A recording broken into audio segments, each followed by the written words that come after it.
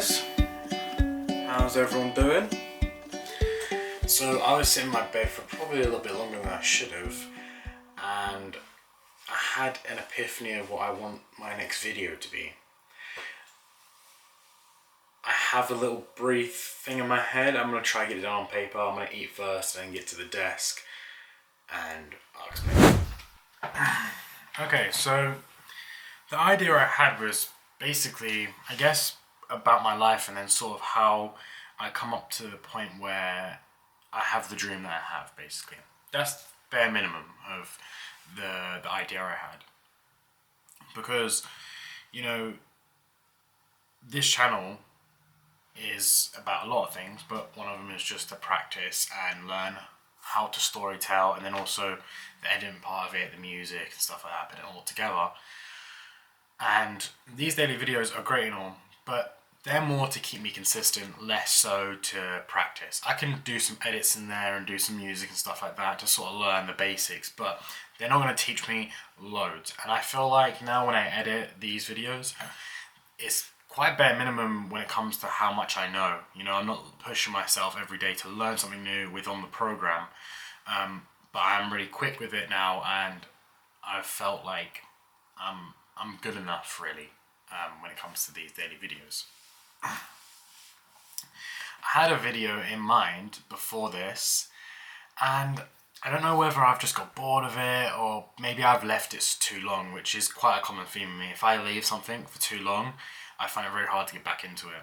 You see, the thing is, with dyslexia, one of the things that is good is that I learn quick, but on the downside, I usually forget things fast as well. So unless I've been at something for a very long time, it's very hard. I find it hard to retain things, but I learn things fast. So it's a win-lose situation.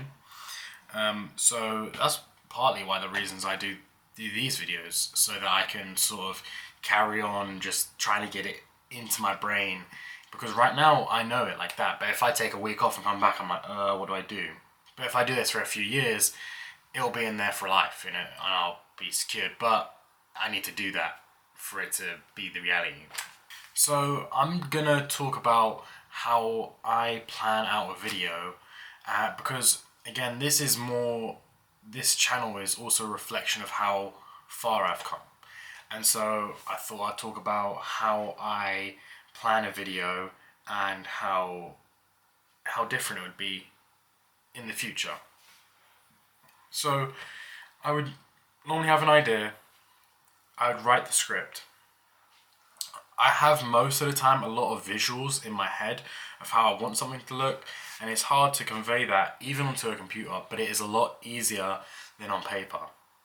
So I write, and I like to break things up, right, into probably about 4 or 5 steps and have conclusions within all those steps, so that I can sort of break it down. Because if I take it, the whole thing is too overwhelming for my brain, and I just can't focus. But I do need the full picture. So it's like I've got the edges of a puzzle, and I've got nothing in the middle. That's how I like it, because then that way it gives me the parameters of what I've got to work with, right? If I don't do it that way, my brain just goes haywire and I'm thinking about way too many things and I can't do it, so I stop. After that, I got that script down, all the way down, and it's completely done after I've rewrote it and reset it. I will speak into a mic, whether it be this, and sometimes I will change it. However, most of the time it stays pretty much to exactly the same script as I've wrote. Sometimes I feel like stuff is different when you speak it than when you read it, and because your voice can convey more emotion, my voice can convey more emotion than my writing skills, because my writing abilities is not great. So my speech is way better at conveying that emotion, so sometimes I'll change it. After I've got that down, I'll upload it into DaVinci Resolve, and so I have my 4 or 5 steps, whatever it may be, in words, in speech, and I will try to convey what I'm seeing in my head to you guys, right?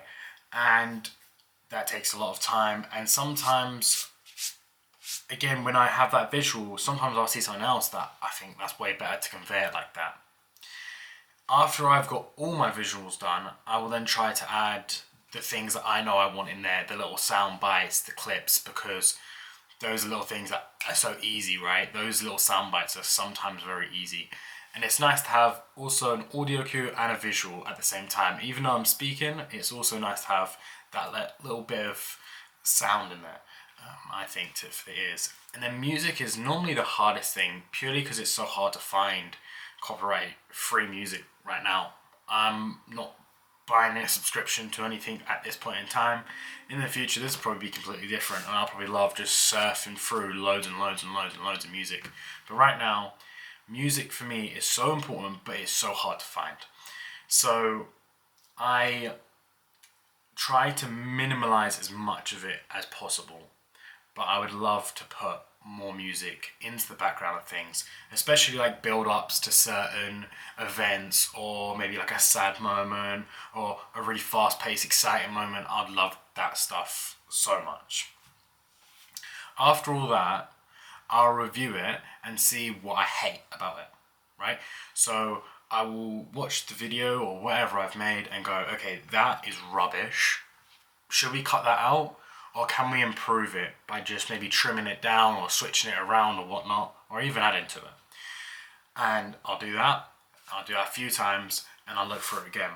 Now, if I can watch it and I don't cringe at myself of what I've just done, that's well done, right? You can always make anything in life, whether it be a piece of art, or you're making something, maybe some food. You can always make it better, right? But you run the risk of making it worse, right? And also, there's a point in time where you need to understand perfect is not really achievable. Perfect is really subjective when it comes to creativity. So when you're in that state where you need to make it perfect, understand that if you're happy with the thing you've made and you're looking at it and you go, okay, I could have done a couple things here and there, and you know what you want to do to make it, improve it, do it. But if you come to the point where you're like, I don't like it, but I don't know what to change about it, leave it. It's okay.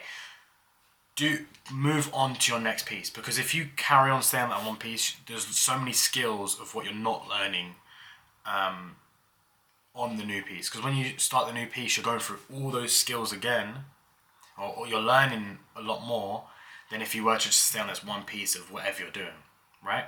It's annoying because in the mornings for me, I don't know why, but I feel really down in the mornings a lot of the time, and it really, normally it goes quite fast, especially if I go gym. By the time I get out of the gym, maybe meditate, I'm quite alright, to be fair. But a lot of the times I just wake up, I'm like, oh, this is rubbish. And at night time, I come alive, thoughts start to go through my head. I get motivation for things, to write things down and write scripts and do whatever, and I'm excited to do it. I don't know why that is, but I just thought I'd add that in there. Maybe it's different for me now, aka me in 10 years' time, but we'll see. At this point in time, I would say I struggle mostly with starting. Right, starting is the hardest part. Once I've started into something, I'm on a roll. I could be on this thing for 16 hours a day if I wanted to. Honestly, once I'm on a roll, I just keep getting ideas and they chain off of each other, and I want to put more in, and I want to change things, and I want to learn things to make it look better, and I just don't stop. I just constantly keep going. But starting is the hardest part. I don't know why that is.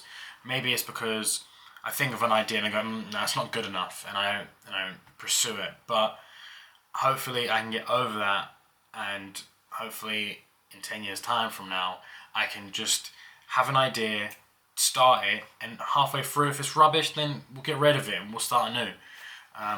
But right now, that is probably my biggest task. I'm alright at DaVinci, probably could be a lot better. Well, I could be a lot better at everything I do, but a lot of the things is mainly just starting, right? I have a lot of ideas in my head, and it's a struggle to get down to paper, but it kind of feels like that, like I was as a kid, because I'm so bad at the computer. It's like I have to relearn reading and writing again. It's kind of like I don't even know what I'm doing here. I'm a baby when it comes to computer, anything. So when I'm doing it, it's like I'm relearning everything, which sucks a little bit because it took me so long to learn how to read at a basic level, that it's like I'm starting back from ground zero. But I know that for me, in the long run, this will be a lot better than me script writing, right? I can show you, if I had the resources right now, I could show you what's in my head, but it's very hard for me to get down onto paper. Even now, with my ability to read and write, it's very hard for me to convey emotions. So, yeah. I guess this video is kind of a message to myself, to show myself where I'm starting, right? I still feel like I'm starting this, even though this is the 26th day. This is very early doors for me. It's very new. A lot of things are new, and it is basically the start. So I guess this is a message that I can watch back 10 years from now, and I can look back, I'll be 20, no, sorry, I won't be 20 still. I'll be 34, right? And when I'm 34, I can look back at this video and go, do you know what? I've done really well. In these past 10 years, I've done well with what I've been given. And I think that's really what this video here is all about. So yeah. So I think that's all I've got today, guys. So yeah.